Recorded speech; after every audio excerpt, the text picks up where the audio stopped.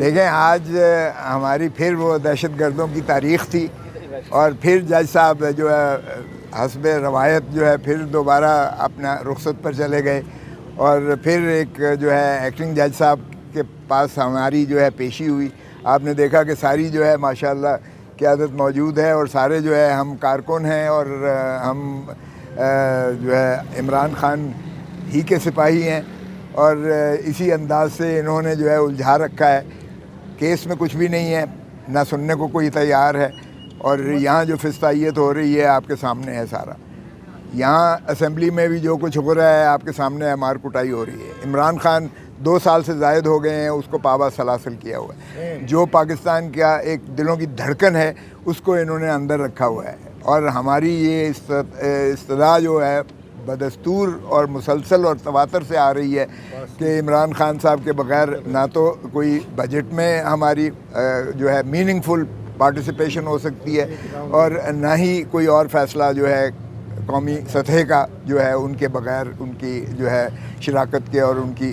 اس کے بغیر ہو سکتا ہے۔ لیکن یہاں جو ہے عالم یہ ہے کہ ملاقات کرنے کا پر بھی قدغن لگی ہوئی ہے، عدالتوں کے جو ہے فیصلہ جات کے باوجود اسے تسلیم نہیں کیا جاتا ہے، اور جس طریقے سے یہ جو ہے ایک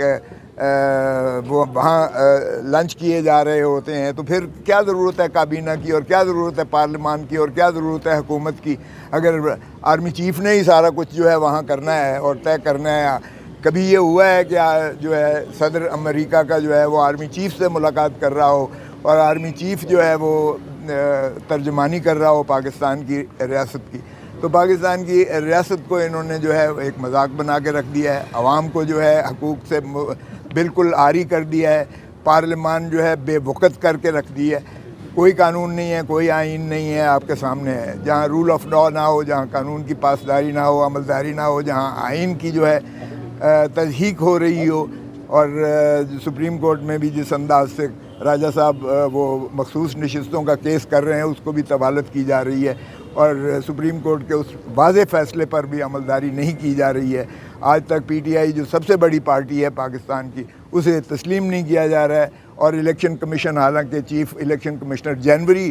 2025 میں ریٹائر ہو چکے ہیں، لیکن وہ بھی 26ویں ترمیم کے تحفے کے طور پر وہ ابھی تک براجمان ہیں، اور وہ قائم اور دائم ہیں۔ اور اس لیے نہ تو الیکشن کمیشن ہے، نہ عدالتوں کے وہ جو ہے بالادستی رہ گئی ہے 26ویں ترمیم کے بعد۔ پھر یہ جو فیصلہ ایک فیصلہ نہیں ہے، سیاہ فیصلے پہ فیصلے جو ہے آ رہے ہیں۔ پہلے شروعات کی قاضی فائز عیسیٰ صاحب نے، انہوں نے جب وہ فیصلہ دیا کہ ان کے جو ڈیفیکٹرز ہیں ان کے ووٹ کاؤنٹ ہوں گے، اس نے راستہ کھولا 26ویں ترمیم کا۔ پھر بے حیائی ڈٹھائی، اور جس طاقت کے بل بوتے پر جس طرح 26ویں ترمیم کی گئی وہ بھی ساری قوم کے سامنے ہے۔ پھر ایک ادارے کو جو ہے وہ بالکل منہدم کر دیا گیا، جو ٹرائکوٹمی آف پاور ہمارے 3 ستونوں پر آئین کی استوار تھا، ایک ادارے کو بالکل ایگزیکٹو کے تابع کر دیا گیا۔ اب عدالتیں بھی آزادی سے فیصلہ نہیں کر پا رہی ہیں، عدالتوں کے فیصلوں کو مانا نہیں جا رہا ہے، حکومت جو ہے ویسے ہی بیکار اور لاغر ہے۔ یہ الٹا ان کو کہتے ہیں جنہوں نے فسطائیت دنیا میں کی ہے، جس نے ایران پر بہت زیادہ حملے کیے ہیں، اس کو جو ہے انہوں نے کہا نوبیل پرائز دیجیے گا۔ تو یہ بھی دنیا میں مذاق اس سے زیادہ نہیں ہو سکتا ہے۔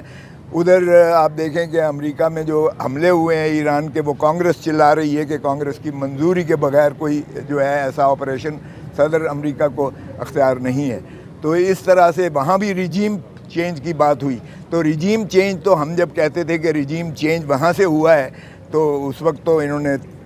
یہ مذاق کرتے تھے ہمارا۔ اب تو واضح آ گیا کہ امریکہ کس طریقے سے اپنی طاقت کے بل بوتے پر ریجیم چینج کرواتی ہے، یا اسرائیل کے ذریعے کرواتی ہے۔ تو اسرائیل کا بھی یہی تھا پہلے کہ ایران جو ہے ریجیم چینج کرے، اور آج بھی وہ ریجیم چینج پر جو ہے مصر اور بضد ہیں۔ تو یہ چاہے مقامی ہو چاہے بین الاقوامی طور پر ہو، ہم سمجھتے ہیں جب تک عمران خان کو مخلصی نہیں ملے گی تب تک نہ تو قوم میں یگانگت آئے گی، نہ ہی جو ہے جب تک سیاسی استحکام نہیں آتا ہے